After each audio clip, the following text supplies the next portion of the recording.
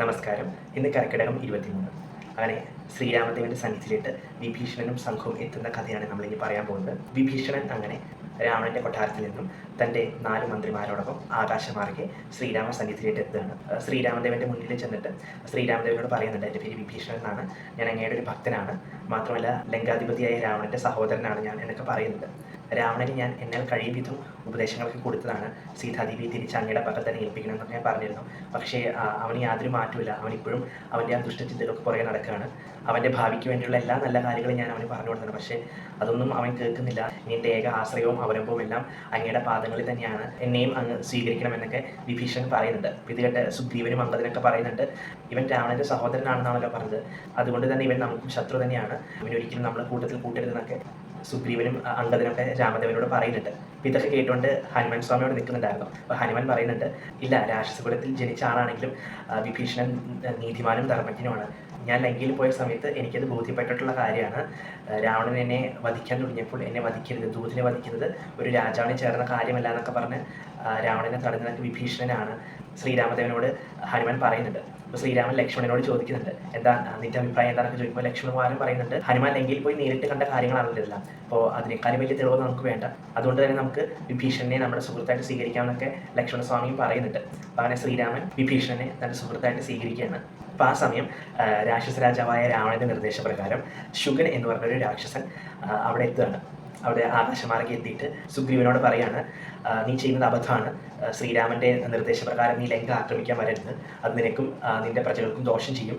രാവണൻ എന്ന് പറഞ്ഞാൽ ലോകത്തിൽ വെച്ച് ഏറ്റവും ശക്തനായിട്ടുള്ള ആളാണ്, അപ്പോൾ അദ്ദേഹത്തോട് ഏറ്റുമുട്ടിയാൽ നീയും നിനക്ക് നിന്റെ സാമ്രാജ്യമൊക്കെ നഷ്ടപ്പെടും, അവിടെ നീ തിരിച്ച് കിഷ്കിന്ധയിലേക്ക് നിന്റെ പടയോടൊപ്പം പോകണമെന്നൊക്കെ ശുഗൻ അവിടെ വന്നിട്ട് പറയാണ്. ഇതൊക്കെ കേട്ട് ദേഷ്യം പിടിച്ച വാനരപ്പട ശുഗനെ ആക്രമിക്കുകയും തടയുകയും കൊല്ലാൻ നോക്കുകയൊക്കെ ചെയ്യുന്നുണ്ട്. അപ്പോൾ ശുഗൻ കരഞ്ഞു വിളിച്ച് ശ്രീരാമനെ വിളിക്കുന്നുണ്ട്, പ്രഭു ഞാൻ ദൂതനാണ്, എന്നെ വിട്ടയക്കാൻ പറയുമെന്നൊക്കെ പറഞ്ഞ് ശുഗൻ അവിടെ കിടന്ന് കരയുന്നുണ്ട്. ഈ ഒരു ശുഗൻ്റെ ഈ ഒരു കരച്ചിൽ കേട്ട് ശ്രീരാമസ്വാമി അവിടെ വരികയും ശുഗനോട് കാര്യങ്ങളൊക്കെ ചോദിക്കുകയും ചെയ്യുന്നുണ്ട്. അപ്പോൾ ശുഗൻ പറയാണ്, ഞാൻ രാവണൻ പറഞ്ഞയച്ചിട്ട് വന്നതാണ്, ദൂതുമായിട്ട് വന്നതാണെന്നൊക്കെ പറയുന്നുണ്ട്. ശുഗൻ രാവണൻ പറഞ്ഞു വിട്ട കാര്യമൊക്കെ പറയുന്നുണ്ട്. ഇത് കേട്ട ശ്രീരാമസ്വാമി പറയുന്നുണ്ട്, മറ്റൊരുവൻ്റെ ഭാര്യയെ തട്ടിക്കൊണ്ട് വന്ന ആളാണ് രാവണൻ, ധർമ്മത്തിന് നിരക്കാത്ത ഒട്ടനവധി കാര്യങ്ങൾ അവൻ ചെയ്തിട്ടുണ്ട്, അപ്പോൾ അവൻ്റെ തെറ്റ് തിരുത്താത്രത്തോളം കാലം അവനുമായിട്ട് ഞാൻ യുദ്ധം ചെയ്യും, അവനെ വധിക്കുകയും ചെയ്യുന്നതൊക്കെ ശുഗനോട് പറയാണ്. അപ്പോൾ ശ്രീരാമസ്വാമിക്കും വാനരപ്പാടിക്കും പിന്നീടുള്ള ചിന്ത എന്താണെന്ന് വെച്ചാൽ, മുന്നിൽ കാണുന്ന ആ സമുദ്രം താണ്ടി ലങ്കയിലെത്തണം, അപ്പോൾ അതിനെന്താണ് പോംവഴി എന്ന് അവർ ആലോചിച്ചുകൊണ്ടിരിക്കുകയാണ്. അങ്ങനെ ശ്രീരാമസ്വാമി 3 ദിവസത്തേക്കായിട്ട് തെക്കൻ സമുദ്രത്തിൻ്റെ വടക്കേ തീരത്ത് തപസ് ആരംഭിക്കുകയാണ്. 3 ദിവസം ഉപവാസം അനുഷ്ഠിച്ച് തപസ് ചെയ്യാണ്. 3 ദിവസത്തെ തപസ്സിന് ശേഷം വരുണദേവൻ പ്രത്യക്ഷപ്പെട്ടില്ല. അപ്പോൾ ആ ദേഷ്യത്തിൽ ശ്രീരാമസ്വാമി ലക്ഷ്മണനെ വിളിക്കുകയാണ്. ലക്ഷ്മണനെ വിളിച്ചിട്ട് അമ്പുവില്യം കൊണ്ടുവരാൻ പറയുന്നുണ്ട്. ലക്ഷ്മണൻ ശ്രീരാമസ്വാമിയുടെ അമ്പുവില്യം കൊണ്ടുവരുന്നു. ശ്രീരാമസ്വാമി അമ്പുവില്യം എടുത്ത് സമുദ്രത്തിലേക്ക് അമ്പ് ചെയ്യാൻ നോക്കുന്ന സമയം വരുണദേവനോട് പ്രത്യക്ഷപ്പെടുകയാണ്. വരുണദേവൻ വന്നിട്ട് ശ്രീരാമസ്വാമിയുടെ മാപ്പൊക്കെ പറയുന്നുണ്ട്. ശ്രീരാമസ്വാമിയോട് പറയുന്നുണ്ട്, ഈ സമുദ്രത്തിന് മേലൊരു ചിറ കെട്ടണം, ചിറ കെട്ടി അങ്ങേക്ക് യഥേഷ്ടം ലങ്കയിലേക്ക് പോകാവുന്നതാണ്. അങ്ങയുടെ കൂട്ടത്തിൽ വിശ്വകർമാവിൻ്റെ മകനായിട്ടുള്ള നളനുണ്ട്. നളനൊരു മുനിശാപം കിട്ടിയിട്ടുണ്ട്. അവൻ സമുദ്രത്തിലേക്ക് എറിയുന്ന കല്ലുകളെല്ലാം പൊങ്ങിക്കിടക്കുന്ന ഒരു ശാപം അവന് കിട്ടിയിട്ടുണ്ട്.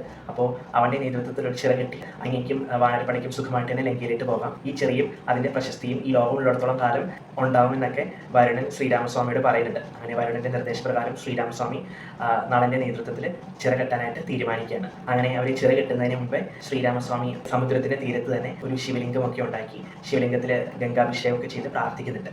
അങ്ങനെ ആ ശിവലിംഗം രാമേശ്വര ലിംഗം എന്ന പേരിലാണ് അറിയപ്പെടുന്നത്. അങ്ങനെ രാമേശ്വരനായ മഹാദേവനെ പൂജിച്ച ശേഷം അവർ ചിറ കെട്ടാൻ ആരംഭിക്കുകയാണ്. 1-ാമത്തെ ദിവസം 14 യോജനയും, 2-ാമത്തെ ദിവസം 20 യോജനയും, 3-ാമത്തെ ദിവസം 21 യോജനയും, 4-ാമത്തെ ദിവസം 22 യോജനയും, 5-ാമത്തെ ദിവസം 23 യോജനയും പൂർത്തിയാക്കി. അങ്ങനെ ഈ 5 ദിവസം കൊണ്ട് തന്നെ നളന്റെ നേതൃത്വത്തിൽ ആ സേതുവിൻ്റെ നിർമ്മാണം പൂർത്തീകരിച്ചിരിക്കുകയാണ്.